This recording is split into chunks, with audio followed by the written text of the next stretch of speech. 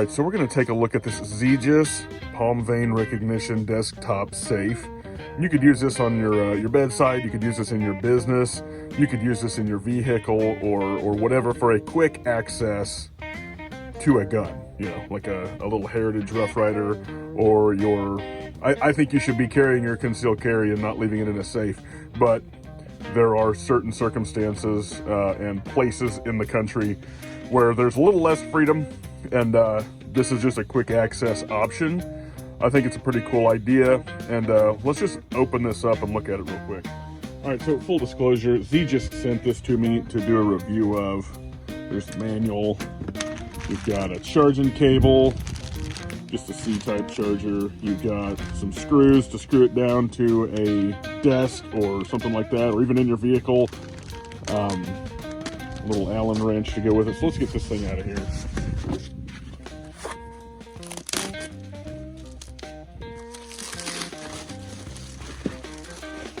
And then you have a anti-theft cable.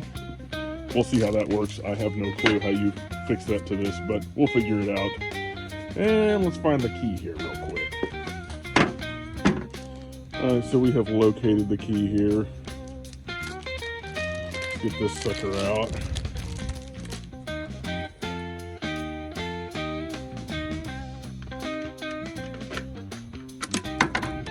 And she opens right up. Now, there should be a button in here to turn this thing on. Yep, down here on the inner inside, right down there, there's a button to turn it on. Just a little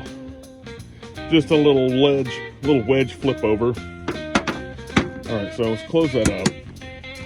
And it doesn't seem like super crazy thick, but I mean, if it's just a quick access and access denial to a child, I think this is perfect for it. You know, you're not preventing the biggest heist or the guy with the crowbar, but you are preventing your children or somebody, let's just say, not mentally capable of handling a firearm or not safe to handle a firearm. If you had an extra one that you're not carrying, just a good squirrel getter. You got something, your grandkids are over and you got this in the kitchen and it's mounted somewhere, but they can't get into it, but you see a squirrel or something outside, you want to pop it.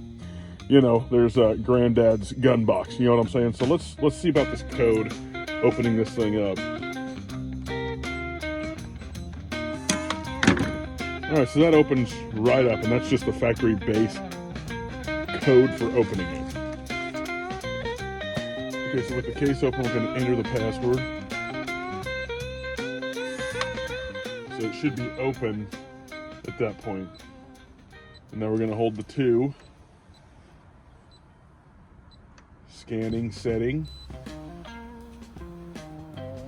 Let's see if it does it. Make sure that all registered.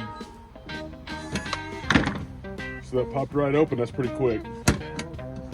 You got to push down very much in the center if you want this thing to close.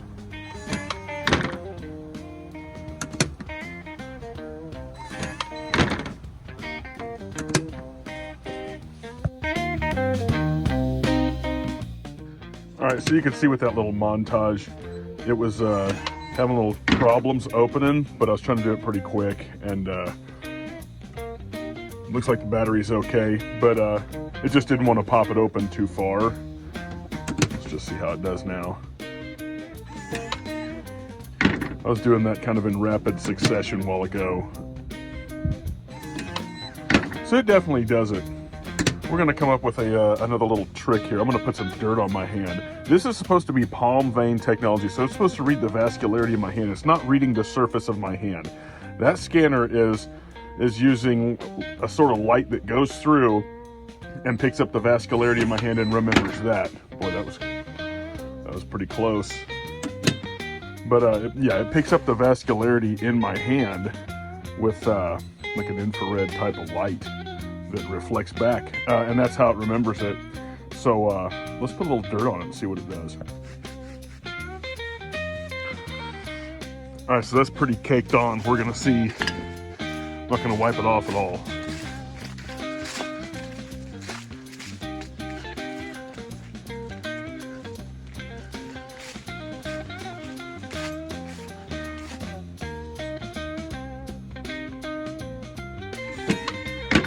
That was kind of a slow open, I'll be honest. But as far as I understand, as I read the manual, the more you scan it, the more it's going to kind of update what it knows about the vascularity in your hand. Still doing it. It's not quite as fast. Maybe I'm too close.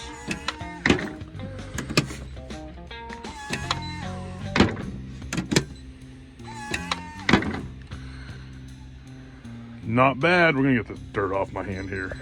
One more thing I wanted to test, and Xegis actually asked me to test this, is its ability to scan in the dark. Because if you're using this as a bedside, intruder response thing, you want to know that it's going to work in the dark, and it certainly does. And it's not any slower than it is in the daylight. The thing definitely works in the dark, and it works well.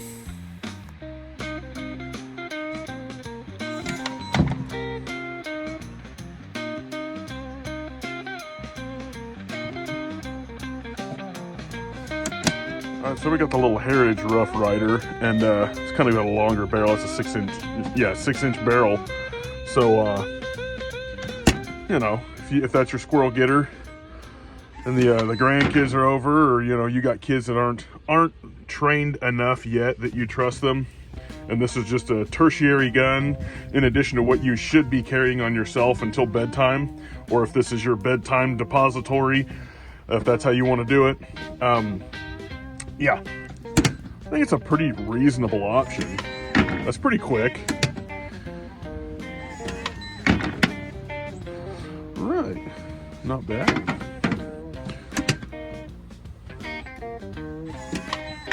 So it takes about a second, but I mean, I think as far as the palm reading tech, that's way better than a fingerprint, which that totally would not let me clock in at work.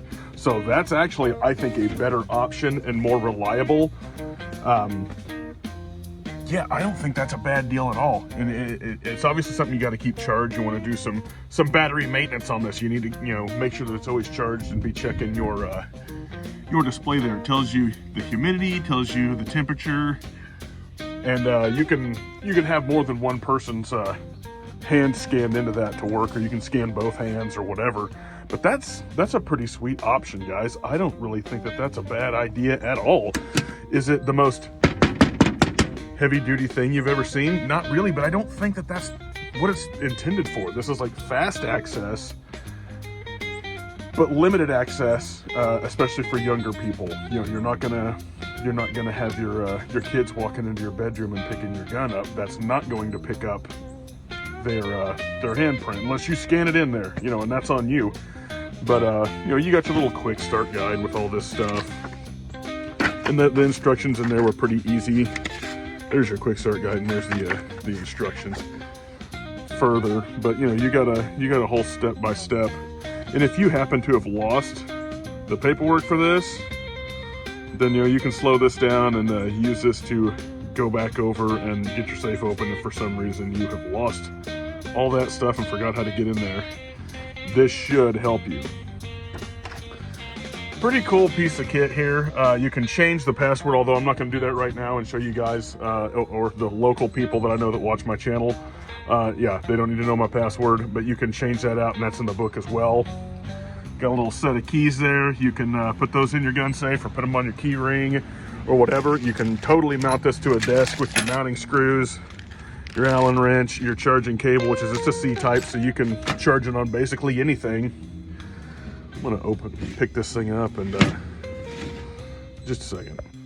So at the bottom, there's your little mounting holes for your screws. So it's to mount on top of something, but that's pretty cool. I don't think this is a bad option.